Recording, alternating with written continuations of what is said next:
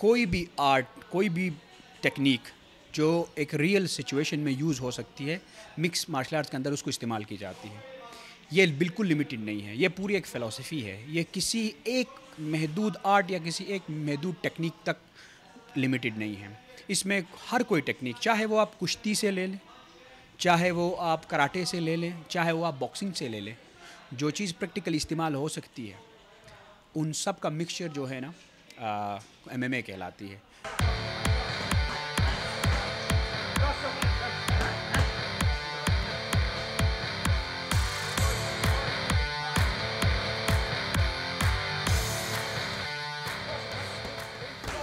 आजकल ऐसा दौर आया है कि सब अपनी लाइफ में बहुत बिजी हो गए हैं, तो हम अपने भाइयों पे, हम अपने पेरेंट्स पे ज़्यादा डिपेंड नहीं कर सकते।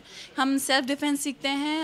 हम इस फील्ड में आते हैं तो लड़कियां इतनी कॉन्फिडेंट हो जाती हैं कि वो कहीं पे जा रही हैं, कहीं पे जॉब कर रही हैं, तो वो बहुत कंफर्टेबल रहती हैं वहाँ पे, क्योंकि उनको पता होता है कि इन केस कुछ हो जाता है तो उनके पास बैकअप है।